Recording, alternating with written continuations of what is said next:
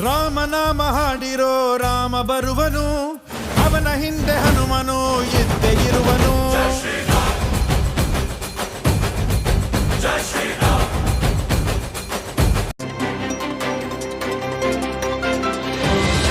ರಾಮಾಯ ರಾಮಭದ್ರ ರಾಮಚಂದ್ರಾಯ ವೇದಸೆ ರಘುನಾಥಾಯ ನಾಥ ಸೀತಾಯ ಪದಯ ನಮಃ. ದಕ್ಷಿಣದ ಅಯೋಧ್ಯೆ ಎಂದು ಖ್ಯಾತಿಯನ್ನು ಹೊಂದಿರುವ ಶ್ರೀರಾಮಕ್ಷೇತ್ರ ಸಂಸ್ಥಾನ ಶ್ರೀ ಶ್ರೀ ಆತ್ಮಾನಂದ ಸರಸ್ವತಿ ಸ್ವಾಮೀಜಿಯವರು ಇದನ್ನು ಸ್ಥಾಪನೆ ಮಾಡಿ ಮುಂದೆ ಉತ್ತರಾಧಿಕಾರಿಗಳಾಗಿ ರಾಮಕ್ಷೇತ್ರ ಮಹಾಸಂಸ್ಥಾನದ ಜಗದ್ಗುರು ಪೀಠದ ಮಹಾಮಂಡಲೇಶ್ವರ 1008 ಶ್ರೀ ಶ್ರೀ ಬ್ರಹ್ಮಾನಂದ ಸರಸ್ವತಿ ಸ್ವಾಮೀಜಿಯವರು ಉತ್ತರಾಧಿಕಾರಿಗಳಾಗಿ ಇದೀಗ ಕೆಲವೇ ಸಮಯದಲ್ಲಿ ಅವರು ಮಹಾಮಂಡಲೇಶ್ವರರಾಗಿ ಅವರಿಗೆ ಪೀಠ ಅವರಿಗೆ ಬಿರುದು ದಕ್ಕಿದೆ. ಇದು ನಮ್ಮ ದಕ್ಷಿಣ ಭಾರತೀಯರಿಗೆ ಹೆಮ್ಮೆಯ ವಿಚಾರ. ಇದು ನಾಗಾ ಸಾಧುಗಳ ಅಖಾಡದಲ್ಲಿಯೇ ಇರುವುದು. ಆದರೆ ಇದೀಗ ನಮ್ಮ ರಾಮಕ್ಷೇತ್ರದ ನಮ್ಮ ಸ್ವಾಮಿಗಳಿಗೆ ದಕ್ಕಿರುವುದು ನಮಗೆಲ್ಲ ಹೆಮ್ಮೆ ತಂದಿದೆ. ಈ ರಾಮಕ್ಷೇತ್ರ ಹಾಗೂ ಇತ್ತೀಚೆಗೆ ನಡೆದ ಕುಂಭಮೇಳ, ಅಲ್ಲಿಯ ನಾಗಾ ಸಾಧುಗಳು, ಅಲ್ಲಿಯ ಅಖಾಡ, ಅವರಿಗೆ ಆಗಿರುವ ಪಟ್ಟಾಭಿಷೇಕ, ಇದರೆಲ್ಲ ಮಾಹಿತಿಗಳನ್ನು ಇದೀಗ ನಾವು ಅವರಿಂದಲೇ ಕೇಳುವ. ಸ್ವಾಮೀಜಿಯವರನ್ನು ಈ ಕಾರ್ಯಕ್ರಮದಲ್ಲಿ ನಾವು ಬರಮಾಡಿಕೊಳ್ಳೋಣ. ಸ್ವಾಮೀಜಿಯವರು, ಈ ಕಾರ್ಯಕ್ರಮಕ್ಕೆ ತಮಗೆ ಸ್ವಾಗತ ಸುಸ್ವಾಗತ. ಜೈ ಶ್ರೀರಾಮ್, ಜೈ ಶ್ರೀರಾಮ್, ಜೈ ಶ್ರೀರಾಮ್. ಇದೀಗ ನಮ್ಮ ಭಕ್ತರಿಗೆ ಒಂದಷ್ಟು ವಿಚಾರಗಳನ್ನು ನೀವು ತಿಳಿಸಿಕೊಡಬೇಕಾಗಿ ತಮ್ಮಲ್ಲಿ ಸವಿನಯವಾಗಿ ಪ್ರಾರ್ಥಿಸುತ್ತೇವೆ. ಜೈ ಶ್ರೀರಾಮ್. ಪ್ರಪ್ರಥಮವಾಗಿ ರಾಮಕ್ಷೇತ್ರದ ಕುರಿತಾಗಿ ತಾವು ಪಟ್ಟಾಭಿಷಿಕ್ತರಾಗಿದ್ದು ಇದೀಗ ಯಾವ ಥರ ಇಲ್ಲಿ ನಡೀತದೆ, ಇದರ ಬಗ್ಗೆ ಸ್ವಲ್ಪ ಮಾಹಿತಿ ಕೊಟ್ಟರೆ. ಭಗವದ್ಭಕ್ತರೇ, ಶ್ರೀ ರಾಮಕ್ಷೇತ್ರ ಮಹಾಸಂಸ್ಥಾನ ನಿತ್ಯಾನಂದ ಧರ್ಮಸ್ಥಳ ಇವತ್ತು ಇದೊಂದು ಇಡೀ ರಾಷ್ಟ್ರ ಅಂತಾರಾಷ್ಟ್ರಗಳಲ್ಲಿ ತನ್ನದೇ ಆದಂಥ ಒಂದು ಮಾನ್ಯತೆಯನ್ನು ಪಡೆದಿದೆ. ಶ್ರೀರಾಮದೇವರು ಪಾದಾರ್ಪಣೆ ಮಾಡಿದ ಸ್ಥಳ ಇದೊಂದು ಸ್ಥಳ. ಸೀತಾನ್ವೇಷೆಯ ಕಾಲದಲ್ಲಿ ರಾಮಲಕ್ಷ್ಮಣ ಸಮೇತ ಪ್ರಯಾಣವನ್ನು ಮಾಡುತ್ತಾ ದಕ್ಷಿಣಕ್ಕೆ ಬಂದ ಸಮಯದಲ್ಲಿ ರಾಮದೇವರ ಗುರುಗಳಂತ ಋಷ್ಯಶೃಂಗರು ಅಲ್ಲಿ ಪುತ್ರಕಾಮೇಷ್ಟಿಯನ್ನು ಮಾಡಿದವರು. ದಶರಥನ ಸ್ಥಾನದಲ್ಲಿ ರಾಮದೇವರ ಜನ್ಮಕ್ಕೆ ಹಿಂದೆ ಅವರು ತೀರ್ಥಕ್ಷೇತ್ರ ಯಾತ್ರೆ ಮಾಡ್ತಾ ಇಲ್ಲಿ ಬಂದು ತಂಗಿದ್ರಂತೆ. ಅದನ್ನು ತಿಳ್ಕೊಂಡಂತ ರಾಮದೇವರು ಒಂದು ದಿವಸ ಇಲ್ಲಿ ಕೂಡ ಅವರ ಅನುಷ್ಠಾನವನ್ನು ಮಾಡಿರ್ತಾರೆ. ಆದ ಕಾರಣ ಇದೊಂದು ಚೈತನ್ಯ ಭೂಮಿ ಅಂತ ಹೇಳಲ್ಪಟ್ಟಿದೆ. ನನ್ನ ಗುರುಗಳಂತ ಆತ್ಮಾನಂದರು ನಿತ್ಯಾನಂದರಲ್ಲಿ ಸೇವೆಯನ್ನು ಮಾಡ್ತಾ ಇರುವಾಗ ಅವರು ಹೇಳಿದರು, ನೀನು ದಕ್ಷಿಣ ಕರ್ನಾಟಕಕ್ಕೆ ಹೋಗು, ಅಲ್ಲಿ ಧರ್ಮಸ್ಥಳ ಇದೆ, ಅದರ ಪಕ್ಕದಲ್ಲಿ ಒಂದು ಪುಣ್ಯಕ್ಷೇತ್ರ ನಿನಗಾಗಿ ಕಾದಿದೆ, ಅಲ್ಲಿ ಹೋಗು, ನಿನ್ನ ಕುಟೀರವನ್ನು ಪ್ರಾರಂಭ ಮಾಡು, ನಿನ್ನ ಧರ್ಮ ಜಾಗೃತಿ ಕೆಲಸವನ್ನು ಪ್ರಾರಂಭ ಮಾಡುತ್ತಾ ಗುರುಗಳಿಗೆ ಸಂದೇಶವನ್ನು ಕೊಡ್ತಾರೆ. ಆ ಪ್ರಕಾರ ಗುರುಗಳು ಇಲ್ಲಿ ಬಂದಾಗ ಅವರಿಗೆ ಇಲ್ಲಿ ಎಲ್ಲ ವಾತಾವರಣ ಅನುಕೂಲ ಮಾಡಿಕೊಟ್ಟು ತದನಂತರ ಅವರು ಇಲ್ಲಿ ಒಂದು ತಮ್ಮ ಕ್ಷೇತ್ರವನ್ನು ನಿರ್ಮಾಣ ಮಾಡ್ತಾರೆ. ಸ್ವಾಮೀಜಿ ನಂತರ ಸಮಾಧಿಯ ನಂತರ ನಮ್ಮನ್ನು ಬರಮಾಡಿಕೊಂಡು ನಾವು ಆ ಮೊದಲೇ ಅಂದರೆ ನಮ್ಮ 13ನೇ ವಯಸ್ಸಿನಲ್ಲಿ ಅಧ್ಯಾತ್ಮ ದೀಕ್ಷೆಯನ್ನು ನಮ್ಮ ಸ್ವಂತ ತಂದೆಯವರಿಂದಲೇ ಪಡೆದಿದ್ದೆವು. ನಮ್ಮ ತಂದೆಯವರು ನಿತ್ಯಾನಂದರು ಗಣೇಶ್ವರಿ ವಜ್ರೇಶ್ವರಿಯ ದೊಡ್ಡ ಜಗದ್ಗುರು, ಅವರ ಸಾಕ್ಷಾತ್ ಭಗವಂತನ ಪ್ರತಿಸ್ವರೂಪ, ಅವರ ಶಿಷ್ಯರಾಗಿದ್ದರು. ಅವರಲ್ಲಿ ದೀಕ್ಷೆಯನ್ನು ಪಡೆದಿದ್ದರು. ತದನಂತರ ಅವರು ಗೃಹಸ್ಥ ಸನ್ಯಾಸಿಗೆ ಜೀವನ ಮಾಡಲಿಕ್ಕೆ ಗುರುಗಳ ಆದೇಶ ಬರ್ತದೆ. ಆ ಪ್ರಕಾರ ಅವರು ಗೃಹಸ್ಥ ಜೀವನದಲ್ಲೇ ಸಾಧನೆಯನ್ನು ಮಾಡ್ತಾ ಇರ್ತಾರೆ. ಅವರು ನಮಗೆ ಮಂತ್ರ ದೀಕ್ಷೆಯನ್ನು, ಓಂಕಾರ ದೀಕ್ಷೆಯನ್ನು, ಆಮೇಲೆ ನಮ್ಮ ಎಲ್ಲ ಚಕ್ರ ಜಾಗೃತಿ, ಕುಂಡಲಿನಿ ವಿದ್ಯೆಯ ಬಗ್ಗೆ ಒಂದು 10 ವರ್ಷ ನಮಗೆ ನಮ್ಮ ತಂದೆಯ ಗುರುಗಳು. ತದನಂತರ ಗೋವಿಂದ ಸ್ವಾಮಿ ಎಂಬ ಅವಧೂತರು ಸಿಗ್ತಾರೆ.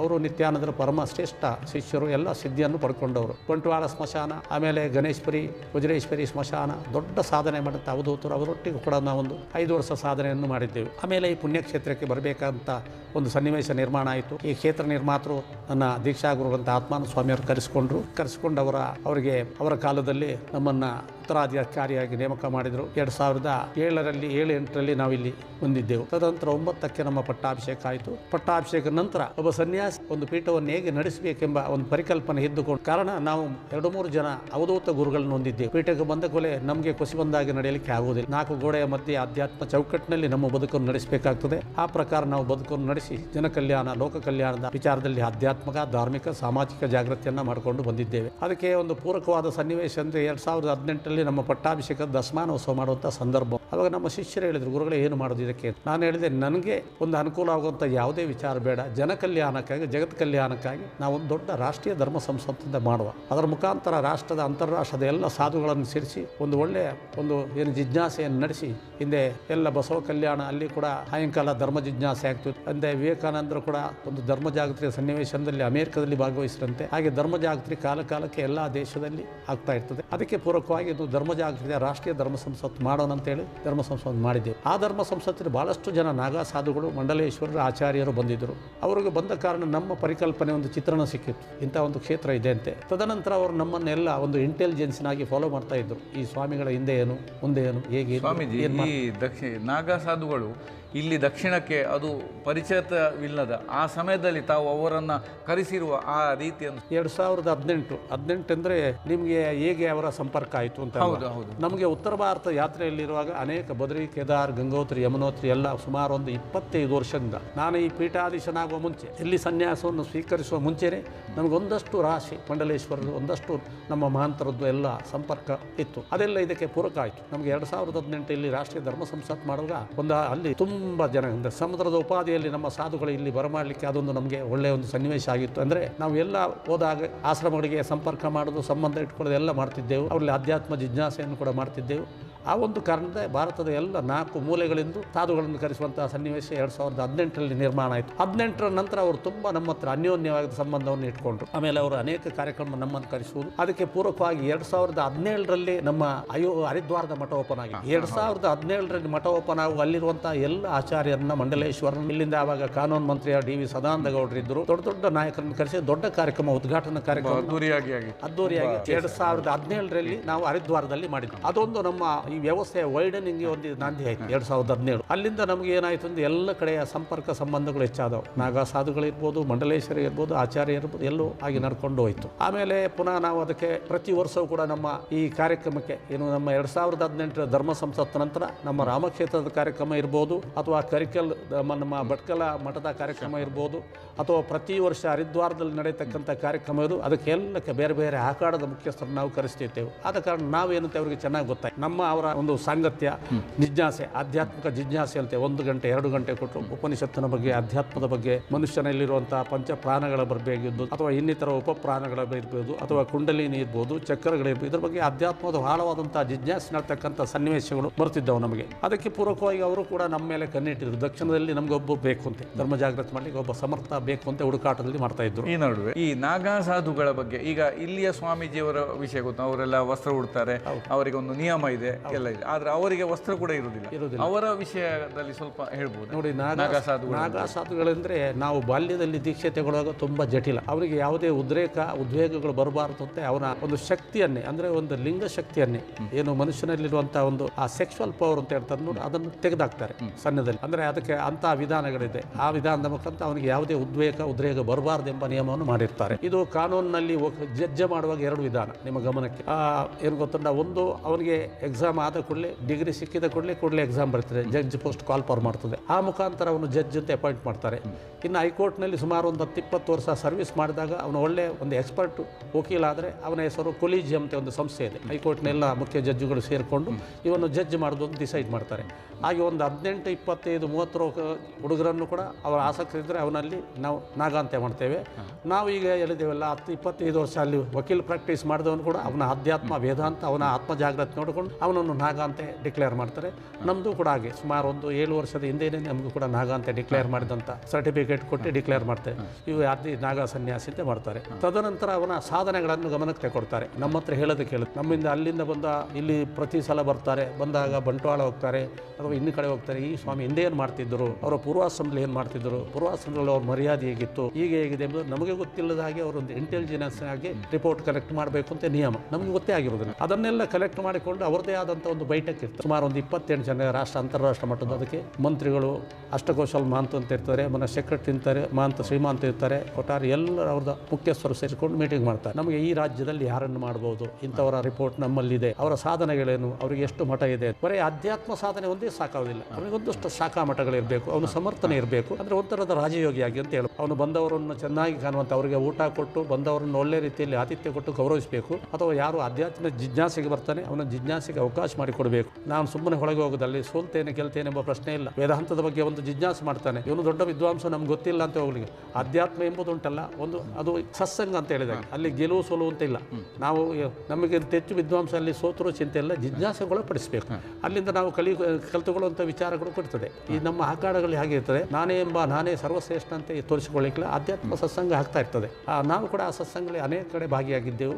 ಮುಂದೆ ಕೂಡ ನಮ್ಮಲ್ಲಿ ಈಗಾಗಲೇ ನಮ್ಮ ಪಂಚದಶನಾಮ ಜೂನ ಆಕಾಡ ಅಂದರೆ ಆಕಾಡಗಳಲ್ಲಿ ಸರ್ವಶ್ರೇಷ್ಠ. ಸುಮಾರು ಆಕಾಡ 13 ಆಕಾಡ ಇದೆ. ಅದರಲ್ಲಿ ಸನ್ಯಾಸಿ ಆಕಾಡ ಇರ್ತದೆ, ಒಂದು ಪಂಚದಶನಾಮ ಜುನ ಆಕಾರ ಇರ್ತದೆ, ನಿರಂಜನ ಇರ್ತದೆ, ಆಹ್ವಾನ ಇರ್ತದೆ, ಆಮೇಲೆ ಅಟಲ್ ಇರ್ತದೆ, ಅಗ್ನಿ ಇರ್ತದೆ, ಆನಂದ ಇರ್ತದೆ, ಮಹಾನಿರ್ವಾಣ ಇರ್ತದೆ. ಅಂದ್ರೆ ಈ ಕೇಸರಿ ಆಗ್ತಂತ ಸನ್ಯಾಸ. ಇನ್ನು 6 ವೈಷ್ಣವ ಆಕಾರ ಇರ್ತದೆ. ಆದ್ರೆ ನಮ್ಮಲ್ಲಿ ಸರ್ವಶ್ರೇಷ್ಠ ಆಕಾರ ಎಂಬುದು ಪಂಚದಶನಾಮ ಜುನ ಆಕಾರ. ಇದರಲ್ಲಿ ಕಡಿಮೆ ಅಂದ್ರೆ ಒಂದು 25 ಲಕ್ಷ ಸಾಧು ಇರ್ಬೋದು ರಾಷ್ಟ್ರ ಅಂತಾರಾಷ್ಟ್ರ ಇಡೀ ವಿಶ್ವದಲ್ಲಿ. ಈ ನೀವು 13 ನಮೂನೆ ಇದು ಅಖಾಡಗಳು, ಅದರಲ್ಲಿ ಒಂದಕ್ಕೊಂದು ವ್ಯತ್ಯಾಸ ಅವರ ಆಚಾರ ವಿಚಾರಗಳು ಇರ್ತದೆ. ನಾನು ಹೇಳಿದ್ರೆ ಬಿಳಿ ಬಟ್ಟೆ ಹಾಕಿದವರು ಇರ್ತಾರೆ, ಅವ್ರಿಗೆ ಹಾಗೆ ಅವರು ಯಾಕೆ ಗೊತ್ತಾ, ರಾಮನನ್ನು ಪೂಜೆ ಮಾಡುವವರು, ವಿಷ್ಣುವನ್ನು ಪೂಜೆ ಮಾಡುವವರು, ಅಥವಾ ಬೇರೆ ಬೇರೆ ದೇವತೆಗಳಿಗೆ. ಈಗ ನಮ್ದ್ರಲ್ಲಿ ನೋಡಿ, ನಮ್ಮ ಆರಾಧನಾ ದೇವರು ದತ್ತಾತ್ರೇಯ. ಯಾರು ನಮ್ಮ ಪಂಚದಶನಾಮ ಜುನ ಆಕಾರದ ಆರಾಧ್ಯ ದೇವರು ದತ್ತಾತ್ರೇಯ. ಇನ್ನು ಮಹಾನಿರ್ವಾಣೆ ಆಕಾರ ಅಂತ ಬರ್ತದೆ. ಅಲ್ಲಿ ಬರುವಾಗ ಅವರು ನಮ್ಮ ಯಾರು ಗೊತ್ತುಂಟ ನಿತ್ಯಾನಂದರನ್ನು ಮಾಡ್ತಾರೆ, ಮತ್ತೆ ನಮ್ಮ ಕಪಿಲ ಮುನಿಯನ್ನು ಮಾಡ್ತಾರೆ. ಒಂದೊಂದು ಆಕಾರಕ್ಕೆ ಒಂದೊಂದು ಆರಾಧ ದೇವತೆಯನ್ನು ಇಟ್ಕೊಡ್ತಾರೆ.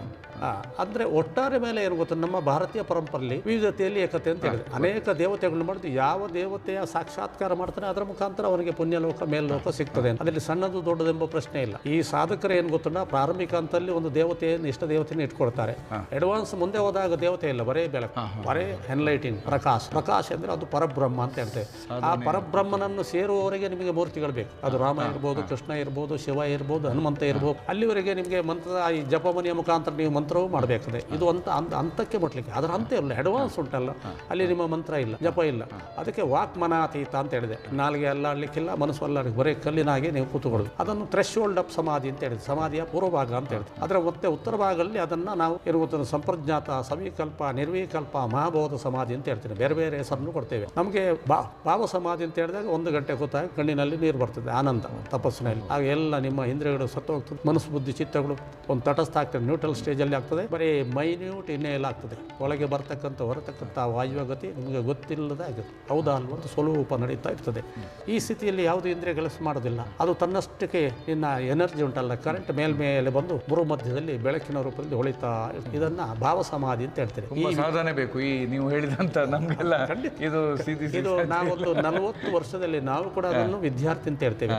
ನೀವು ಬದುಕಿನಲ್ಲಿ ಇಷ್ಟೇ ನಿಮಗೆ ಪ್ರಯೋಗ ಅಂದರೆ ದಿನನಿತ್ಯ ನೀವು ಸತ್ಸಂಗದ ಪುಸ್ತಕಗಳು, ಅದು ಭಗವದ್ಗೀತೆ ಇರ್ಬೋದು, ಯೋಗ ವಾಸಿಷ್ಠ ಜ್ಞಾನಸಿಂಧ ಇರ್ಬೋದು, ಇಂಥ ವಿವೇಕ ವೈರಾಗ್ಯ ಜಾಗೃತಿ ಆಗತಕ್ಕಂಥ ಒಂದು ವಿವೇಕ ಅಂದರೆ ವಾಟ್ ಇಟ್ ಈಸ್, ಇದು ರೈಟಿಯಸ್ ಆ್ಯಂಡ್ ರಾಂಗ್ಫುಲ್, ಇದು ಸತ್ಯನ ಅಸತ್ಯನ ಅಂತ ತಿಳ್ಕೊಬೇಕು. ಅದನ್ನು ವಿವೇಕ ಅಂತ ಹೇಳ್ತೇವೆ. ಆ ಒಂದು ವಿವೇಕ ಮತ್ತು ಒಂದು ವೈರಾಗ್ಯ, ಎಲ್ಲವೂ ನಾಶ ಆಗ್ತಂದು ಗೊತ್ತಿರಬೇಕು. ಬಟ್ಟೆ ಹಳತಾಗ್ತದೆ, ಶರೀರ ಹಳತಾಗ್ತದೆ, ಆರೋಗ್ಯ ಕೂಡ ಹದಗೆಡ್ತದೆ. ಇವತ್ತ ನಾಳೆ ಈ ಶರೀರ ಬಿದ್ದೋಗ್ಬೇಕು, ಈ ಆತ್ಮ ಮತ್ತೊಂದು ಜಾಗ ಸೇರಬೇಕು ಅಂತ ಪರಿಕಲ್ಪನೆ ನಮ್ಮಲ್ಲಿದ್ದರೆ ಆ ಆತ್ಮಕ್ಕೆ ಸಂಬಂಧಪಟ್ಟ ಚಿಂತನೆಯನ್ನು ನಾವು ಮಾಡ್ತೇನೆ. ಆತ್ಮನೇ ಪರಮಾತ್ಮ ಆಗಬೇಕು ಅಂತ. ಪರಮಾತ್ಮ ಬೇರೆ ಎಲ್ಲಿ ಇಲ್ಲ. ನಿನ್ನ ಆತ್ಮನನ್ನೇ ನೀನು ಪರಮಾತ್ಮ ಅಂತ ತಿಳ್ಕೊಂಡಾಗ, ಅವನನ್ನು ಸರಿಯಾಗಿ ಜಾಗೃತಗೊಳಿಸಿದಾಗ ಕಲ್ಲಿನಲ್ಲಿ, ಫೋಟೋದಲ್ಲಿ, ಮೂರ್ತಿಯಲ್ಲಿ ಭಗವಂತ ಕಾಣ್ತಾನೆ. ಇಲ್ಲದಿದ್ರೆ ಕಾಣಲಿಕ್ಕೆ ಸಾಧ್ಯ ಇಲ್ಲ. ನಿನ್ನನ್ನು ನೀನು ಪ್ರೀತಿಯನ್ನು ಮಾಡಿದಾಗ, ನಿನ್ನ ಪ್ರಾಣಗಳನ್ನು ಸರಿಯಾಗಿ ತಿಳ್ಕೊಂಡಾಗ, ಎಲ್ಲ ಒಳಗೆ ಅರಿಯತಕ್ಕಂಥ ಪ್ರಾಣಾಪಾನ, ಸಮಾನ ಉದಾನ ಇರ್ಬೋದು, ದೇವದತ್ತ ಧನಂಜಯ ಇರ್ಬೋದು, ಕರ್ಕರ ಕೂರ್ಮ ನಾಗ ಇರ್ಬೋದು, ಉಪಪ್ರಾಣ, ಇವುಗಳ ಬಗ್ಗೆ ಸರಿಯಾದ ಕಲ್ಪನೆ ಬರಬೇಕು. ನಮ್ಗೆ ಸರಿಯಾದ ಕಲ್ಪನೆ ಬಂದ ಮೇಲೆ ನೀವು ವಿವೇಕ ಮತ್ತು ವೈರಾಗ್ಯದ ಮುಖ ಇಂದ್ರಿಯ ನಿಗ್ರಹ ಮಾಡಬೇಕು. ವಿವೇಕ ವೈರಾಗ್ಯ ಜಾಗೃತಿ ಆದಾಗ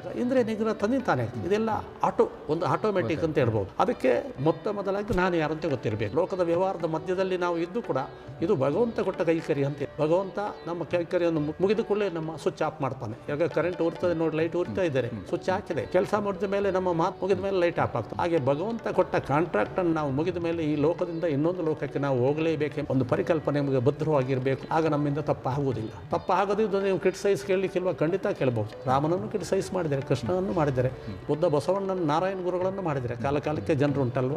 ಅದಕ್ಕೆ ಉತ್ತರ ಇಲ್ಲ. ಯಾಕೆ ಅಂತೇಳಿ ಈ ಪ್ರಪಂಚದಲ್ಲಿ ನಾವೆಲ್ಲ ಪಂಚಭೂತಗಳ ಮಧ್ಯೆ ಇದ್ದೀವಿ. ಪ್ರತಿತತ್ವ, ಜಲತತ್ವ, ಅಗ್ನಿತತ್ವ, ವಾಯುತತ್ವ, ಆಕಾಶ ತತ್ವ ಎಂಬ ಎಲ್ಲ ಈ ತತ್ವಗಳು ನಮ್ಮ ಶರೀರದೊಳಗಿದೆ. ಅಥೋ ಪಿಂಡಾಂಡ ತಥೋ ಬ್ರಹ್ಮಾಂಡ. ಈ ಶರೀರದೊಳಗೆ ಇರುವಾಗ ನಾವು ಅದಕ್ಕೆಲ್ಲ ಒಂದು ವಿಶೇಷವಾದ ಆಸಕ್ತರು ಅಲ್ಲ, ಭಯ ಪಡಲಿಕ್ಕಿಲ್ಲ, ಅದಕ್ಕೆ ನಾವು ತುಂಬಾ ಉದ್ವೇಗಕ್ಕೆ ಒಳಗಾಗ್ಲಿಕ್ಕಿಲ್ಲ. ಈಗ ನೀವು ಹೇಳಿದ್ರಿ ಮಹಾಮಂಡಲೇಶ್ವರ ಪದವಿ ನಮಗೆ ಸಿಕ್ಕಿದೆ ಅಂತ. ಹೌದು, ಕರ್ನಾಟಕಕ್ಕೆ ನಮ್ಮ ಪಂಚದಶನಾಮ ಜುನ ಆಕಾರದಿಂದ ಯಾರು ಕೊಡಲಿಲ್ಲ, ಯಾರಿಗೂ ಕೊಡಲಿಲ್ಲ. ದೊಡ್ಡ ಆಕಾರದು, ಅಲ್ಲಿ ಸಂಪರ್ಕ ಮಾಡುವ ಅವಕಾಶ ಬಂದಿಲ್ಲ, ಗೊತ್ತಿಲ್ಲ.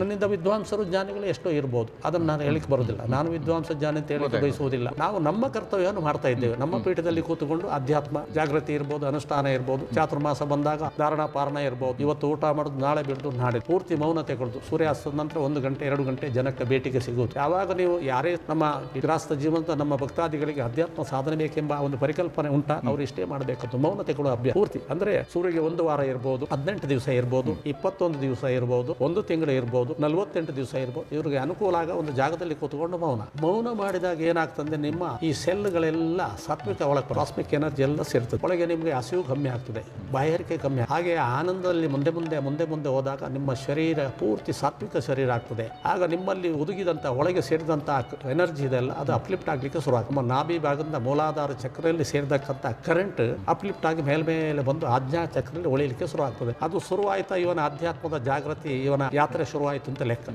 ಆ ರುಚಿ ಸಿಕ್ಕಿದ್ರೆ ಅದು ರುಚಿ ಸಿಗ್ಲಿಕ್ಕೆ ಕಾರಣ ಏನಂದ್ರೆ ಅದಕ್ಕೆ ಒಂದು ಮೂಲಭೂತವಾದಂಥ ಒಂದು ಭವ್ಯ ಭದ್ರವಾದಂಥ ಗುರು ಪರಂಪರೆ ಬೇಕು. ನಮ್ಮಲ್ಲಿ ನೋಡಿ ನಿತ್ಯಾನಂದರು, ಅವಧೂತರು, 8 ಸಿದ್ಧಿ ಆದವು, ಸತ್ತವರನ್ನು ಬದುಕಿಸ್ತಾರೆ, ನೀರಿನ ಮೇಲೆ ನಡ್ಕೊಂಡು ಹೋದಂತಹ ಮಹಾನ್ ಶಕ್ತಿ ಅವರು. ಗಣೇಶ್ವರಿ, ವಜ್ರೇಶ್ವರಿ, ನಿತ್ಯಾನಂದ ನಮ್ಮ ಗುರುಸ್ಥಾನ. ಆಮೇಲೆ ನನ್ನ ಗುರು ಯಾರು ಗೋವಿಂದ ಸ್ವಾಮಿ ಇದ್ರು. ನನ್ನ ಮೂಲ ಗುರು ನಮಗೆ ದೀಕ್ಷೆ ಕೊಟ್ಟವರು ಆತ್ಮಾನಂದರು, ಇದರ ಕರ್ತರು. ಆದರೆ ಅವ್ರಿಗಿಂತ ಆಚೆ ಒಬ್ಬರು ಅವರ ಮಿತ್ರ, ನಮ್ಮ ಆತ್ಮಾನಂದ ಸ್ವಾಮಿಯ ಮಿತ್ರನೇ ಅವರು. ನಂಬೂದ್ರಿ ಬ್ರಾಹ್ಮಣ ಇದ್ರು, ಗೋವಿಂದ ಸ್ವಾಮಿ ಅಂತೆ, ಕೇರಳದವರು. ನಾನು ಅವರೊಟ್ಟಿಗೆ 5 ವರ್ಷ ಸಾಧನೆಯನ್ನ ಮಾಡಿದ್ದು. ಅದನ್ನು ನಾವು ಅವರೊಟ್ಟಿಗೆ ಸಾಧನೆ ಮಾಡಿದ್ರೆ ಅಥವಾ ನನ್ನ ಗುರುಗಳ ಅಷ್ಟಸಿದ್ಧಿ ಆದವ್ರು ಅಂತ ಹೇಳಿದ್ರೆ ಸಾಕಾಗೋದಿಲ್ಲ.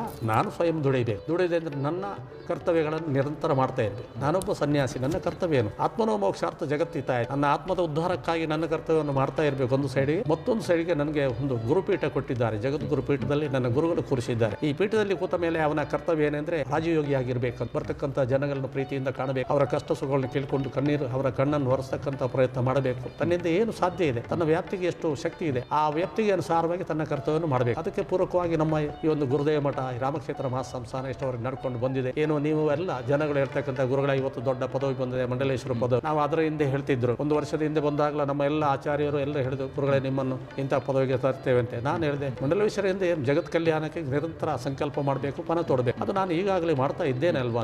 ಇಲ್ಲ ಗುರುಗಳೇ, ಹಾಗೆ ಆಗೋದಿಲ್ಲ, ನಮ್ಮ ಮಧ್ಯೆ ನೀವು ಕಾಣಿಸಿಕೊಳ್ಬೇಕು ಅಂತ ಅವರಿಗೆ ಆಶೆ ಇತ್ತು, ಅಪೇಕ್ಷೆ. ಆ ಪ್ರಕಾರ ನಾವು ಆಯ್ತು ಭಗವತ್ ಸಂಕಲ್ಪ ಅಂತ ಹೇಳಿದ್ದೇವೆ. ಹಾಗೆ ಮಂಡಲೇಶ್ವರ ಏನು ಪದವಿಯನ್ನು ಕೊಟ್ಟು ಪಟ್ಟಾಭಿಷೇಕ ಮಾಡಿದ್ದಾರೆ, ಅದೆಲ್ಲ ಈ ಭೂಮಿಯ ಪುಣ್ಯ, ನನ್ನ ಗುರುಗಳ ಇದು ಆಶೀರ್ವಾದ ಅಥವಾ ರಾಮದೇವರ ಆಶೀರ್ವಾದ ಅಂತ ಹೇಳಿಕೆ ಬಯಸ್ತೇನೆ. ಯಾಕೆಂದ್ರೆ ನಮ್ಮ ಬದುಕೆ ಅಧ್ಯಾತ್ಮಕ್ಕೆ ಮುಡಿಪಾಗಿಟ್ಟ ನಮ್ಮ ಶರೀರವನ್ನು ಈ ಆತ್ಮ ನಿರ್ಗಮನ ಆಗುವವರೆಗೆ ಜನ ಕಲ್ಯಾಣಕ್ಕೆ, ಲೋಕ ಕಲ್ಯಾಣಕ್ಕೆ ದುಡಿಬೇಕೆಂಬ ನಮ್ಮ ಮನ ಯಾವಾಗ ಮಿಡಿತಾ ಇದೆ. ಅದಕ್ಕೆ ಪೂರಕವಾಗಿ ಆ ಕರ್ತವ್ಯವನ್ನು ಮತ್ತೂ ಕೂಡ ನಾವು ಮುಂದುವರಿಸ್ತೇವೆ. ನಮಗೆ ಭಗವಂತನ ಸಂದೇಶ ಏನೆಂದರೆ ಕರ್ಮಯೋಗ ಮತ್ತು ಜ್ಞಾನಯೋಗ ಆಲ್ರೆಡಿ ನಾವು ಮಾಡ್ತಾ ಇದ್ದೇವೆ. ಅದನ್ನು ಹೊರಗೆ ತೋರಿಸಲಿಕ್ಕೆ ಆಗೋದಿಲ್ಲ. ನಿಮ್ಮ ಮಧ್ಯೆ ಬಂದು ರಥೋತ್ಸವ ಮಾಡಬೇಕು, ಜಾತ್ರೆ ಮಾಡಬೇಕು, ಜನಕ್ಕೆ ಊಟ ಕೊಡಬೇಕು, ಸತ್ಸಂಗ. ಇದರ ಟೋಟಲ್ ಕನ್ಕ್ಲೂಡ್ ಅಂದರೆ ಕರ್ಮಯೋಗದ ಮುಖಾಂತರ ಜನರ ಮನ ಪರಿವರ್ತನೆ ಮಾಡಿ ಅವರನ್ನು ಮತ್ತೆ ಆಧ್ಯಾತ್ಮಿಕ ದಾಯಿಗಳಾಗಿ ಆಧ್ಯಾತ್ಮ ಟ್ರ್ಯಾಕಿಗೆ ತರಬೇಕೆಂಬ ಕರ್ತವ್ಯ ಅವರು ಮಠಾಧೀಶನಿಗಿರ್ತದೆ. ಅದಕ್ಕೆ ಪೂರಕವಾಗಿ ಆ ಕರ್ತವ್ಯವನ್ನು ನಾವು ಮಾಡ್ತಾ ಇದ್ದೇವೆ. ಇದೀಗ ನಿಮಗೆ ಮಹಾಮಂಡಲೇಶ್ವರ ಬಿರುದಾವಳಿಯನ್ನು ಕೊಡುವಾಗ ಅಭಿಷೇಕ ಮಾಡಿದ್ದಾರೆ, ಪಟ್ಟಾಭಿಷೇಕ ಅನ್ನುವಂಥ ಕಾರ್ಯಕ್ರಮ ಮಾಡಿದ್ದಾರೆ. ಅದರಲ್ಲಿ ಏನೆಲ್ಲ ಕಾರ್ಯಕ್ರಮ ಮಾಡಿದ್ರು ನೋಡಿ, ಅದರಲ್ಲಿ ಅವ್ರಿಗೆ ಗೊತ್ತುಂಟು. ಒಬ್ಬ ಮಂಡಲೇಶ್ವರ ಮಾಡಿದವ ಅವ ಹಣ್ಣಾಗಿರಬೇಕು, ಅಂದ್ರೆ ಪೂರ್ತಿ ಆತ್ಮಜಾಗೃತಿ ಆಗಿರಬೇಕು, ಅವನು ಪರಿಪಕ್ವನಾಗಿರ್ಬೇಕು ಅಧ್ಯಾತ್ಮದ ಬಗ್ಗೆ, ಉಪನಿಷತ್ತುಗಳ ಬಗ್ಗೆ, ವೇದಾಂತದ ಬಗ್ಗೆ ಅಂತ. ವೇದಾಂತ ಅಂದ್ರೆ ಉಪನಿಷತ್ತು, ಎಲ್ಲರಿಗೂ ಗೊತ್ತಿದ್ದ ಹಾಗೆ. ಉಪನಿಷತ್ತು ಸರ್ವಶ್ರೇಷ್ಠ ಗ್ರಂಥ, ಅದರಲ್ಲಿ ಏನು ಇದಿಲ್ಲ. ವೇದ ಉಪನಿಷತ್ತುಗಳಿಂದ ಅನ್ಯೋನ್ಯ, ಅದು ಅಣ್ಣ ತಮ್ಮರ. ವೇದದಲ್ಲಿ ಒಟ್ಟು ರಾಶಿ ಜ್ಞಾನ ಇರ್ತದೆ, ಅದರ ಒಂದು ಗಿಸ್ಟ್, ಅದರಿಂದ ತುಪ್ಪ ಅಂತ ಹೇಳಬೇಕು. ಇದಕ್ಕೆ ಏನು ಮೆರುಗು ಕೊಡ್ಲಿಕ್ಕಿಲ್ಲ, ಪೇಂಟ್ ಕೊಡ್ಲಿಕ್ಕಿಲ್ಲ. ಉಪನಿಷತ್ತು ಅಂದ್ರೆ ಒಬ್ಬ ಸನ್ಯಾಸಿಗೆ ಕಠೋರವಾದ ತಪಸ್ಸಿನಲ್ಲಿ ಅಲ್ಲಿ ರಿಲೀಸ್ ಆದಂತಹ ಒಂದು ದೊಡ್ಡ ಅಧ್ಯಾತ್ಮ ಶಕ್ತಿ, ಅದನ್ನು ಶಿಷ್ಯನಿಗೆ ಹೇಳ್ತಾ ಇರ್ತಾನೆ. ಅದನ್ನು ಉಪನಿಷತ್ ಹತ್ತಿರವಾಗಿ ಕೂತ್ಕೊಂಡು ಕೇಳಿದಂತ ಜಿಜ್ಞಾಸೆಗಳು ಅಂತ ಹೇಳ್ತೇವೆ. ಹಾಗೆ ಈಗ ಇದರಲ್ಲಿ ನಮ್ಮ ಮಂಡಲೇಶ್ವರ ಆದ್ಮೇಲೆ ಅಲ್ಲ, ನಿಮಗೆ ಪಟ್ಟಾಭಿಷೇಕ ಆಗುವಾಗ ಏನೆಲ್ಲ ಈಗ ಕಾರ್ಯಕ್ರಮಗಳು ಮಾಡಿ, ಇಲ್ಲಿ ಎಲ್ಲ ತುಂಬಾ ಸ್ವಾಮಿಗಳನ್ನು ನೀವು ಪಟ್ಟಾಭಿಷೇಕ ಆಗುವ ತುಂಬಾ ಸ್ವಾಮಿಗಳನ್ನು ಕರೆದು ತುಂಬಾ ಕಾರ್ಯಕ್ರಮ ಎಲ್ಲ ಮಾಡಿದ್ರಿ. ಆ ತರ ಅಲ್ಲಿ ಏನಾದ್ರು ಅಲ್ಲಿ ಅಂದ್ರೆ ಏನು ಗೊತ್ತುಂಟ, ಒಂದು ಅಲ್ಲಿ ದತ್ತಾತ್ರೇಯ ಪೀಠ ಅಂತ ಇರ್ತದೆ. ಆ ದತ್ತಾತ್ರೇಯ ಪೀಠದ ಮುಂದೆ ಒಬ್ಬರನ್ನು ಘೋಷಣೆ ಮಾಡುವ ಒಬ್ಬ ಮಾಂತ ಇರ್ತಾರೆ, ಅದಕ್ಕಿಂತ ಬಿಟ್ಟದ್ದು. ಅವನು ಆ ಪೀಠದ ಹತ್ರ ಹೋಗಿ ಹೇಳ್ತಾನೆ, ಇವತ್ತಿನಿಂದ ನಾನು ಬ್ರಹ್ಮಾನಂದ ಸರಸ್ವತಿ ಮಹಾರಾಜನ್ನು ಮಹಾಮಂಡಲೇಶ್ವರ ಆಗಿ ನಮ್ಮ ಆಕಾರದ ಮುಖಾಂತರ ಘೋಷಣೆ ಮಾಡ್ತೇನೆ ಅಂತ. ಹೌದು, ಘೋಷಣೆ ಮಾಡ್ತೇನೆ ಅಂತ. ಅದು ಬೇಕಾದ್ರೆ ಉಂಟು ಇಲ್ಲಿ, ಹೌದು, ಆ ಘೋಷಣೆ ಮಾಡ್ತಾರೆ. ಆ ನಂತರ ಅದರಲ್ಲಿ ಮತ್ತೆ ಒಂದು ತಿಥಿ ನೋಡಿ, ಆಚಾರ್ಯರ ತಿಥಿ ನೋಡಿ, ಎಷ್ಟು ಜನ ಈ ವರ್ಷ ನಮ್ಮಲ್ಲಿ ಮಾಡಬಹುದು ಇಡೀ ಭಾರತದಿಂದ ಎನಿಸಿಕೊಂಡು ಅವರನ್ನು ಸಾಮೂಹಿಕವಾಗಿ ಮಾಡ್ತಾರೆ. ಒಂದು ನಮ್ಮಲ್ಲಿ 5 ಜನ ಏನಾಯ್ತು ಇಡೀ ಭಾರತದಿಂದ, 5 ಜನ ಎಲ್ಲ ಉತ್ತರ ಭಾರತದವರೇ ಜಾಸ್ತಿ ಇದ್ರು. ಅವರಿಗೆ ಸಾಮೂಹಿಕವಾಗಿ ಕೂತ್ಕೊಂಡು ಮಂತ್ರ ಘೋಷಣೆ ಮಾಡಿ, ಬೆಳಿಗ್ಗೆ ಯಜ್ಞ ಇರ್ತದೆ, ಆಮೇಲೆ ಮಧ್ಯಾಹ್ನ ಗಂಗಾಜಲ ಪ್ರೋಕ್ಷಣೆ ಮಾಡಿ, ಅವರಿಗೆ ಗಂಧ ತಿಲಕ ಧಾರಣೆ ಮಾಡಿ, ಆಮೇಲೆ ಹೂವಾರ ಹಾಕಿ, ಇವತ್ತಿಂದ ನೀವು ನಮ್ಮ ಕ್ಯಾಬಿನೆಟ್ ನ ಸದಸ್ಯರು ಅಂತ ಹೇಳ್ತಾರೆ. ಕ್ಯಾಬಿನೆಟ್ ಇವತ್ತು ನಮ್ಮ ಕ್ಯಾಬಿನೆಟ್ ಸದಸ್ಯರು ಅಂತ ಹೇಳ್ತಾರೆ. ಹಾಗೆ ಮಂಡಲೇಶ್ವರ ಪದವಿ ಎಂಬುದು ಆಕಾರದಲ್ಲಿ ಇರುವಂತಹ ಒಂದು ಸರ್ವಶ್ರೇಷ್ಠ ಪದವಿ ಅಂತ ಹೇಳಲ್ಪಟ್ಟಿದೆ. ಹೌದು. ಈಗ ನಿಮ್ಮ ನಿತ್ಯಾನುಷ್ಠಾನಗಳ ಜೊತೆಗೆ ಈ ಅಖಾಡದ ಈ ಮಹಾಮಂಡಲೇಶ್ವರ ಬಿರುದಾವಳಿ ಈಗ ಬಂದಿರೋ ಕಾರಣ ನಿಮ್ಗೆ ಹೆಚ್ಚುವರಿಯಾಗಿ ಏನಾದ್ರು ಕರ್ತವ್ಯಗಳು ಏನಾದ್ರು? ಹಾಗೇನಿಲ್ಲ. ಇದು ನಾವು ಸ್ವತಂತ್ರ. ನಮ್ಮನ್ನು ಅವರು ಈಗ ಮಾಡಿ ಆಗ ಮಾಡಿ ಅಂತ ಕೇಳುವಂಗಿಲ್ಲ. ನಮ್ಮ ಇದಕ್ಕೆ ಅವರೊಂದು ಮೋರೆ ಕೊಟ್ಟಾಗಿ, you are right person in spiritual path ಅಂತೆ. ಇಲ್ಲಿ ಅಲ್ಲಿಂದ ನೀವು ಸರಿಯಾದ ಆಧ್ಯಾತ್ಮ ದಾರಿಯಲ್ಲಿ ಹೋಗ್ತಾ ಇದ್ದೀರಿ ಎಂಬುದನ್ನು ಮನಗಂಡಿದ್ದೇವೆ. ನೀವು ನಮ್ಮ ಸದಸ್ಯರಾಗಲು ಅರ್ಹರು. ಈಗ ನೀವು ನಮ್ಮ ಸದಸ್ಯರಾಗಿ ನಾವು ಒಪ್ಪಿಕೊಂಡಿದ್ದೇವೆ ಎಂಬುದನ್ನು ನಮ್ಮ ಆಕಾಡ ಮಾಡ್ತಕ್ಕಂಥ ತೀರ್ಮಾನ, ಜಜ್ಮೆಂಟ್. ಇದರಲ್ಲಿ ಸರಿಸುಮಾರು ಈಗ ಪ್ರಪಂಚದಾದ್ಯಂತ ಸಾಮಾನ್ಯ ಎಷ್ಟು ಜನ ಇರ್ಬೋದು? ನಾವು ಅದನ್ನು ಸರಿಯಾದ ರೀತಿ ಅಸೆಸ್ಮೆಂಟ್ ಮಾಡಲಿಲ್ಲ. ಯಾಕಂದ್ರೆ ಅನೇಕ ಕಡೆ ಈಗ ಜಪಾನ್ನಲ್ಲಿ ಉಂಟು, ನಮ್ಮ ಪಂಚದಶನಾಮ ಜುನಾ ಅಖಾಡದಲ್ಲಿ ಮಲೇಷ್ಯಾ ಉಂಟು, ಆಮೇಲೆ ಥೈಲ್ಯಾಂಡ್ ಉಂಟು, ಜಪಾನ್ ಉಂಟು. ಈಗ ಅಲ್ಲಿ ನಮಗೆ ಧರ್ಮ ಬೋಧನೆಗೆ ಕರೆಯಿದರೂ ನಾವು ಹೋಗಬೇಕಾಗ್ತದೆ. ಹಾಗೂ ಉತ್ತರ ಭಾರತದಲ್ಲಿ ಬಹುತೇಕ ಅಖಾಡದ ಪ್ರಭಾವ ದಕ್ಷಿಣಕ್ಕೆ ಬರಲಿಲ್ಲ. ನಮಗೆ ತಿಳ್ಕೊಂಡಾಗ ಇಲ್ಲಿ ಇರಲಿಲ್ಲ. ಕರ್ನಾಟಕ, ಕೇರಳ, ಆಂಧ್ರ, ತಮಿಳುನಾಡಿನಲ್ಲಿ ಭಾರ ಬಿರಲ್ಲ ಇಲ್ಲ. ಏನ ಪುಟ್ಟ ಸಣ್ಣ ಪುಟ್ಟ ಆಕಾರದಲ್ಲಿ ಪದಾಧಿಕಾರಿ ಇರ್ಬೋದು. ನಮ್ಮ ಪಂಚದಶನಾಮ ಜುನಾ ಆಕಾರದಲ್ಲಿ ಇಲ್ಲಿ ಯಾರನ್ನು ಕೂಡ ಹೆಚ್ಚು ಇದಕ್ಕೆ ಅಧಿಕಾರಕ್ಕೆ ತರಲಿಲ್ಲ. ಮುಂದಕ್ಕೆ ಬರಬಹುದು. ಹೌದು, ಒಟ್ಟಾರೆ ಮೇಲೆ ಸನ್ಯಾಸಿಗಳು ಹೆಚ್ಚು ಸಾಧನೆ ಮಾಡಬೇಕು. ಸಾಧನೆಯಲ್ಲಿ ಈಗ ಸಾಧನೆ ಮಾಡುವವರು ಇದ್ದಾರೆ ಎಂಬುದು. ನೀವೀಗ ಮಹಾಕುಂಭ ಮೇಳಕ್ಕೆ ಹೋಗಿದ್ರಿ, ಅಲ್ಲಿ ತಾವು ಏನೆಲ್ಲ ಇಲ್ಲಿ ಕರ್ತವ್ಯಗಳನ್ನು ಅಥವಾ ನಿಮ್ಮ ಜೊತೆ ತುಂಬಾ ಜನ ಕರ್ಕೊಂಡು ಹೋಗಿದ್ರಿ, ಹಾಗೆ ಏನಾದ್ರು ಅಲ್ಲಿಯ ಸಾಧನೆಗಳನ್ನು ವಿಶೇಷವಾಗಿ ಅಲ್ಲಿ ತುಂಬಾ ಸಾಧುಗಳು ಬರ್ತಾರೆ ಇದೆಲ್ಲ ನೋಡಿ. ಆ ಕುಂಭಮೇಳದಲ್ಲಿ ಸಾಧುಗಳೆಲ್ಲ ಅವರು ಇಂಡಿಪೆಂಡೆಂಟ್ ಆಗಿ ಟೆಂಟ್ ಹಾಕೊಂಡು ಅದರ ಮುಖಾಂತರ ಅವರು ಸಾಧನೆ ಮಾಡ್ತಾರೆ. ಒಂದು ಭಕ್ತಾದಿಗಳನ್ನ ಅರಸ್ತಾರೆ. ಮತ್ತೆ ನಮ್ಮಂತ ಮಠಾಧೀಶರು ಅಥವಾ ಮಂಡಲೇಶ್ವರ ಒಂದು 1000 ಜನ ಇರ್ತಕ್ಕಂಥ ಟೆಂಟ್ ಮಾಡ್ತಾರೆ. ಅದರಲ್ಲಿ ದಿನ ಭಜನೆ ಇರ್ತದೆ, ದಿನ ಯಜ್ಞ ಇರ್ತದೆ, ದಿನ ಅನ್ನದಾನ ಇರ್ತದೆ. ನಾವು ಚಾತುರ್ಮಾಸದಲ್ಲಿ ಏನು ಕಾರ್ಯಕ್ರಮ ಮಾಡ್ತೇವೆ ಅದೇ ತರ ಒಂದಷ್ಟು ಧಾರ್ಮಿಕ ಕೈಂಕರ್ಯಗಳು ನಡೀತಾ ಇರಬೇಕು. ಕತ್ತಲೆ ಆಗುವಾಗ ಗಂಗಾರತಿ ಆಗಬೇಕು, ಆಮೇಲೆ ಬೆಳಿಗ್ಗೆ ಎದ್ದ ಕೂಡಲೇ ಯಜ್ಞಗಳಾಗಬೇಕು, ಆಮೇಲೆ ಆದ ನಂತರ ಭಜನೆ ಇನ್ನಿತರ ಕಾರ್ಯಕ್ರಮ ಶುರು ಆಗ್ತದೆ. ಮಧ್ಯಾಹ್ನ ಪುನಃ ಯಾವುದು ಸತ್ಸಂಗಗಳು ಶುರು ಆಗ್ತದೆ, ಮತ್ತೆ ಒಂದು 2 ಗಂಟೆ ರೆಸ್ಟ್ ಇರ್ತದೆ. ಸಾಯಂಕಾಲದಿಂದ ಮತ್ತೆ ಭಜನೆ ಆಗ್ತದೆ, ಮತ್ತೆ ಆರತಿ ಶುರು ಆಗ್ತದೆ. ಇಂತಹ ಧಾರ್ಮಿಕ ಕೈಂಕರ್ಯಗಳು ಅಲ್ಲಿ ರೆಗ್ಯುಲರ್ ಒಂದು 45 ದಿವಸ ನಡೀತಾ ಇರ್ತದೆ. ನಾವು ಚಾತುರ್ಮಾಸ ನೋಡಿ ಅದಕ್ಕೆ ಪೂರಕವಾಗಿ ನಾವು ಚಾತುರ್ಮಾಸ ನಡ್ತಿದ್ದೇವೆ. ಬೆಳಿಗ್ಗೆ ಯಜ್ಞ, ಭಜನೆ ಮತ್ತೆ ಸತ್ಸಂಗ. ಮುಖ್ಯ ಪೀಠದಿಂದ ಆಮೇಲೆ ಶಾಖಾ ಮಠಗಳನ್ನು ಮಾಡ್ತಾ ಇದ್ವಿ. ಈಗಾಗಲೇ ನೀವು ಅಯೋಧ್ಯೆ ರಾಮನ ಕ್ಷೇತ್ರದಲ್ಲಿಯೂ ಒಂದು ಮಠವನ್ನ ತೆರೆಯುವಂತಹ ಸಿದ್ಧತೆಯಲ್ಲಿದ್ದೀರಿ. ಇದರ ಬಗ್ಗೆ ಸ್ವಲ್ಪ.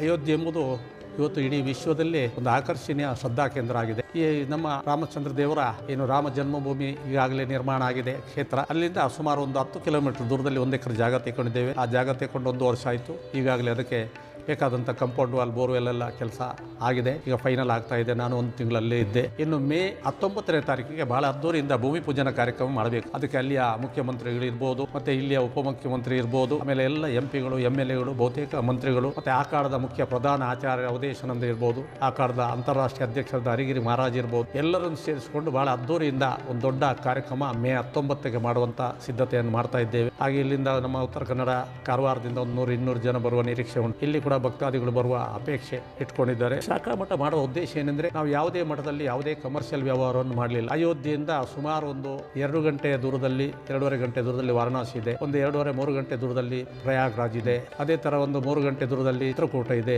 ಒಂದು 2 ಗಂಟೆ ದೂರದಲ್ಲಿ ನೈಮಿಷಾರಣ್ಯ ಇದೆ. ಇದೆಲ್ಲ ನಮ್ಮ ಸನಾತನ ಪುಣ್ಯಕ್ಷೇತ್ರಗಳು. ಯಾವೊಬ್ಬ ಭಕ್ತ ಬಂದು ಅಯೋಧ್ಯೆಯಲ್ಲಿ ನಮ್ಮ ಶಾಖಾ ಮಠದಲ್ಲಿ ಆಶ್ರಮದಲ್ಲಿ ನಿಂತುಕೊಂಡು ಯಾತ್ರೆಗಳನ್ನೆಲ್ಲ ಮಾಡಿಕೊಂಡು ತನ್ನಲ್ಲಿ ಪುಣ್ಯ ಸಂಪಾದನೆ ಮಾಡುವಂತಹ ಒಂದು ಅವನಿಗೆ ಒಂದು ಶಕ್ತಿ ಸಿಗಲಿ, ಅವಕಾಶ ಸಿಗಲಿ ಎಂಬ ಒಂದು ಸದುದ್ದೇಶದಲ್ಲಿ ಶಾಖಾ ಮಠ ಮಾಡ್ತಾ ಇದ್ದೇನೆ. ನಮ್ಮ ಮೇ 19ರಿಂದ ಭೂಮಿ ಪೂಜೆ ಮಾಡಿ ಕೆಲಸ ಪ್ರಾರಂಭ ಮಾಡ್ತೇನೆ. ದೊಡ್ಡ ಯೋಜನೆ, ಸುಮಾರು ಒಂದು 40 ರೂಮ್ ಮಾಡ್ತೇವೆ. ಅದರಲ್ಲಿ VIP ಬೇಕಾದಂಥ ಯಾವುದೇ VIP ಬಂದರೂ ಬೇಕಾದಂಥ ರೂಮ್ಸು, ಮಿನಿಸ್ಟರ್ಗಳು ಬಂದರೂ ಕೂಡ, ಅದೇ ಥರ ಯಾವುದೇ ನಮ್ಮ ಆಚಾರ್ಯರು ಬಂದರೂ ಕೂಡ, DCSP ಇರ್ಬೋದು, ಯಾವುದೇ VIP ಅವರಿಗೆ ಬೇಕಾದಂಥ ಒಂದು ಒಳ್ಳೆಯ ಸುಸಜ್ಜಿತ ರೂಮ್ಸ್ಗಳು, ಮತ್ತೆ ಸುಮಾರು ಒಂದು 700 ಜನ ಇರ್ತಕ್ಕಂಥ ಸತ್ಸಂಗದ ನಮ್ಮ ಚಾತುರ್ಮಾಸದವಲ್ಲ ಚಾತುರ್ಮಾಸ ಅಲ್ಲಿ ಕೊಡುವಂಥ ಮಾಡುವಂಥ ಅವಕಾಶಗಳು ತುಂಬ ಬಂದಿತ್ತು. ನೈಮಿಷಾರಣ್ಯದಲ್ಲಿ ಬಂದಿತ್ತು. ಗುರುಗಳಲ್ಲಿ ಚಾತುರ್ಮಾಸ ಮಾಡಿ ಅಲ್ಲಿಯ ಭಕ್ತವರ್ಗ. ಹಾಗೆ ಕೆಳಗೆ ಒಂದು ಸುಮಾರು ಒಂದು 200 ಜನ ಭಜನೆ ಮಾಡತಕ್ಕಂಥ ಒಂದು ಭಜನಾ ಮಂದಿರ, ಮತ್ತೆ ರಾಮದೇವರ ಒಂದು ವಿಗ್ರಹ ಪ್ರತಿಷ್ಠೆ ಮಾಡಲಿಕ್ಕೆಲ್ಲ ಇದ್ದೇವೆ. ಒಟ್ಟು ಉದ್ದೇಶ ಎಲ್ಲ ಈಗಾಗಲೇ ನಾವು ಹರಿದ್ವಾರದಿಂದ ಚಾರ್ಧಾಮ ಹೋಗೋವರಿಗೆ ಅನುಕೂಲ ಆಗ್ತದೆ. ಅದೇ ಥರ ಅಯೋಧ್ಯೆಯಲ್ಲಿ ಕೂಡ ಮುಂದಿನ ನಮ್ಮ ಫ್ಯೂಚರ್ ಜನರೇಷನ್, ಮುಂದಿನ ಜನರೇಷನ್ಗೆ, ಯಂಗರ್ ಜನರೇಷನ್ಗೆ ಈ ಅಧ್ಯಾತ್ಮದ ತುಂಬ ಅನುಕೂಲತೆ ಸಿಗಲಿ ಎಂಬ ಒಂದು ಸದುದ್ದೇಶದಿಂದ ಅಯೋಧ್ಯೆಯಲ್ಲಿ ಶಾಖಾ ಮಠ ಮಾಡ್ತಾ ಇದ್ದೇನೆ. ಸ್ವಾಮೀಜಿ, ಮತ್ತೆ ನಮ್ಮದು ವಾರ್ಷಿಕವಾಗಿ ನಡೆಯುವಂಥ ಈ ರಾಮಕ್ಷೇತ್ರದಲ್ಲಿ ಒಂದಷ್ಟು ಕಾರ್ಯಕ್ರಮ ನಡೀತಾ ಇದೆ. ಇದರ ಬಗ್ಗೆಯೂ ಭಕ್ತರಿಗೆ ಸ್ವಲ್ಪ ಮಾಹಿತಿ. ಇದೇ ಬರುವ 30ನೇ ತಾರೀಕಿಂದ ವರ್ಷಂಪ್ರೀತಿಯಂತೆ ಶ್ರೀರಾಮ್ ಜೈ ರಾಮ್ ಜೈ ಜೈ ರಾಮ್ ಎಂಬ ತಾರಕ ಮಂತ್ರದ ಒಂದು ಘೋಷಣೆಯ ಮುಖಾಂತರ ದೀಪ ಪ್ರಜ್ವಲನ ಮಾಡೋದರ ಮುಖಾಂತರ ನಮ್ಮ 30ನೇ ತಾರೀಕಿಗೆ ಬೆಳಿಗ್ಗೆ 9:30 ಗಂಟೆಗೆ ರಾಮಕ್ಷೇತ್ರ ಮಹಾಸಂಸ್ಥಾನದಲ್ಲಿ ಇಲ್ಲಿ ಜಾತ್ರೆ ಪ್ರಾರಂಭ ಒಂದು ಉದ್ದೀಪನಗೊಳ್ಳಿದೆ. ಅದಕ್ಕೆ ಈ ಭಾಗದ ಶಾಸಕರು, ಆಮೇಲೆ ಸಂಸದರು, ಆಮೇಲೆ ಎಲ್ಲ ಲೀಡರ್ಸ್ಗಳು, ರಾಜ್ಯದಾದ್ಯಂತ ಎಲ್ಲ ಲೀಡರ್ಸ್ಗಳು ಬರ್ತಾರೆ. ಪ್ರತಿ ದಿವಸ ಚಂದ್ರಮಂಡಲ, ಪುಷ್ಪರಥ, ಹನುಮಾನ್ ರಥ, ಆಮೇಲೆ ಬೆಳ್ಳಿ ರಥ, ಹನುಮಾನ್ ರಥ ಅಂತ ರಥೋತ್ಸವ ಇದೆ. 6ನೇ ತಾರೀಕಿಗೆ ದೊಡ್ಡ ಬ್ರಹ್ಮರಥ ಮತ್ತು ನಮ್ಮ ದೈವಗಳಿಗೆ ನೇಮೋತ್ಸವ ಇರ್ತದೆ. ಅದೇ ಥರ 8ನೇ ತಾರೀಕಿಗೆ ನಮ್ಮ ಗುರುದೇವ ಮಠದಲ್ಲಿ ಕೂಡ ಅಲ್ಲಿ ಕೂಡ ಜಾತ್ರೋತ್ಸವ, ನೇಮೋತ್ಸವ ಇರ್ತದೆ.